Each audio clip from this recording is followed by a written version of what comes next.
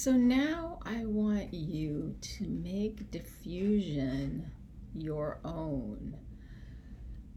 Let's do a little experiment together so that you can really experience the practice yourself and see what it feels like right here, right now.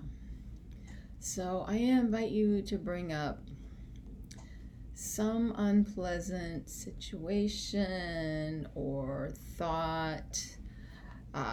If it's recent, that might be best because it would be fresh. Nothing traumatic. We are building a muscle. We are not trying to re-experience trauma. We are slowly starting with the little stuff, and we can get better and better at this over time. So try to think of a situation. Great if it recently bothred you, like either, oh man, I said the wrong thing, or my earring is bothering me. I'm lousy at my job, or I'm a terrible blank friend, mom, dad, brother, sister, daughter, son, etc. Just anything that just feels heavy, or if you have a sad memory that you keep re-experiencing, or a future like almost argument that I think we all do it. We sort of bring it out in our heads. You're thinking, oh, you just kind of daydream this argument. Any of this stuff would work. So bring it to mind. I'm going to be quiet for a few seconds so you can conjure that up.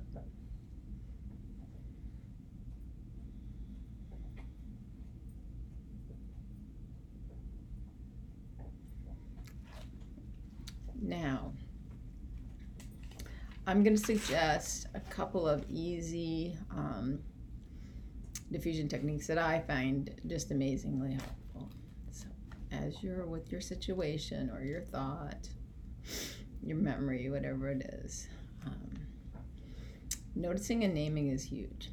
So, if it's a memory, you could just say sad memory in your head or out loud. Sad memory. Having a sad memory. A lot of times that will bring you back to the present, and that is all you need to diffuse.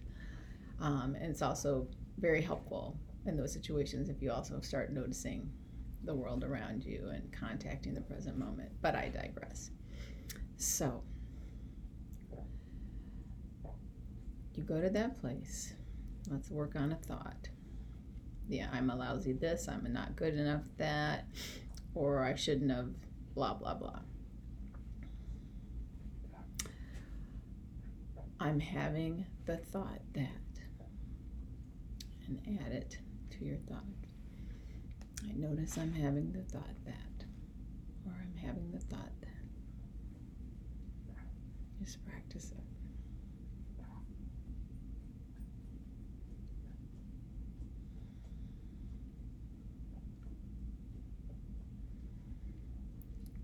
And I hope you noticed how that could bring a bit of space between you and your mind beating you up, because that's really what's happening. Our minds are trying so hard to help us, but we're wired to be negative.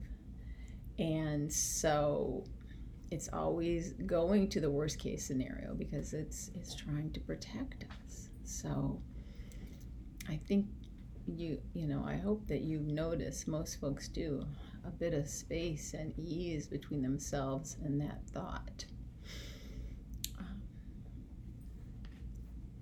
Now next, let's think of something that is just a recurrent thing. It may be something about your significant other in the relationship. Could be we're never going to get along, or he's going to leave me, or she's going to leave me, or they don't really love me, or whatever the case may be, or you can fill in the blank. That's really what this is about. It's your personal thought, but a theme, if you can conjure one. If you can't, you can just use the thought we were just talking about, and then make it into, this is the story of, this is the not good enough story. This is an I'm a lousy doctor, lawyer, engineer, therapist, worker, fill in the blank. That's Daisy. This is the story of, this is my blah, blah, blah story. And perhaps envision a book if you're somebody who can conjure things in your mind, like visuals, with that title on it.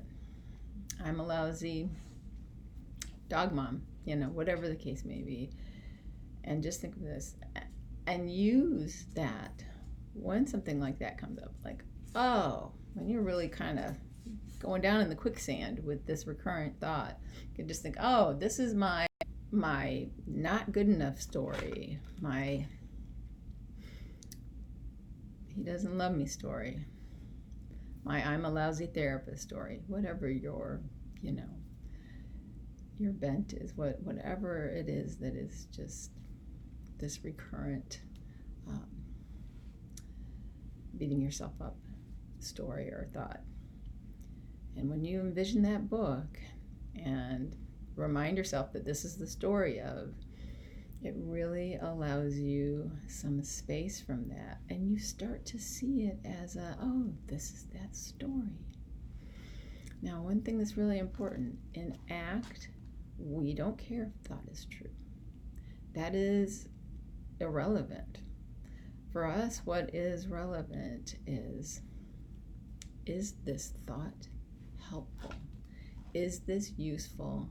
Does it serve me? So I'll give you an example.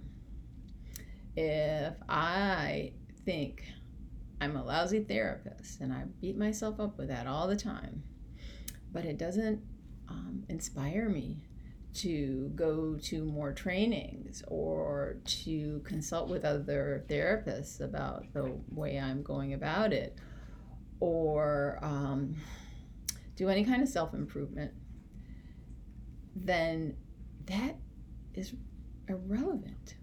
The truth of that is irrelevant. What is really important is whether or not it's helpful. And if that thought only serves to beat me up and keep me feeling low, then that is not a helpful thought.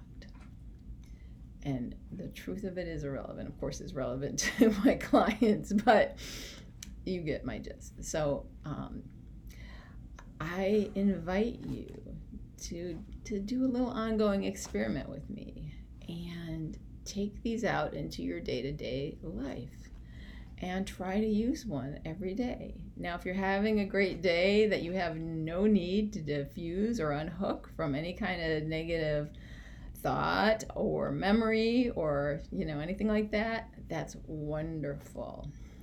But I suggest maybe putting it in your phone calendar or something that you consult regularly and have it repeat daily as a reminder to keep it present in your memory, so that on the days that you do need this, then you think it's in your consciousness and you have it at the ready. And perhaps even on the days you don't need it, maybe you can practice it with something that's not real to you, like if you don't have any kids and you say, I'm a lousy mom, oh, that's my I'm a lousy mom story, or something like that. But I really encourage you to use this on a daily basis. Try it for a week. If you're anything like most folks that I've seen, you are going to feel an improvement and you're going to feel lighter. And by that I mean, you're just not going to be so dragged down by your unhelpful thoughts. So I hope that helps. Thank you so much for listening.